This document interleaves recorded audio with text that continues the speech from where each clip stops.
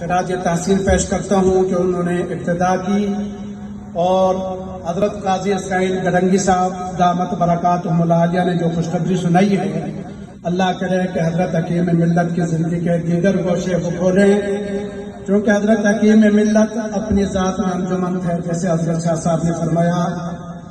حضرت رحمت اللہ علیہ کے ساتھ بچپن سے لے کر جوانی تک ہم نے جو زندگی گزاری، اکابر کا جو خلاصہ اور نچوڑ حضرت بابا جی رحمت اللہ علیہ میں دیکھا، وہ آج تک پھر کسی میں خال خال نظر آتا ہے۔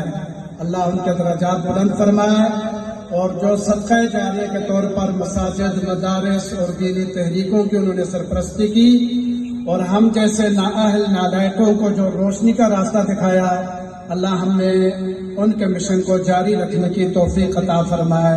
وآخر دعوانا الحمدللہ۔ جزاکم اللہ۔ اب میں مختصر دعوت خطاب دیتا ہوں جناب قاری طیب عباسی صاحب کو، وہ تشریف لائیں اور اپنے خیالات کا اظہار کریں۔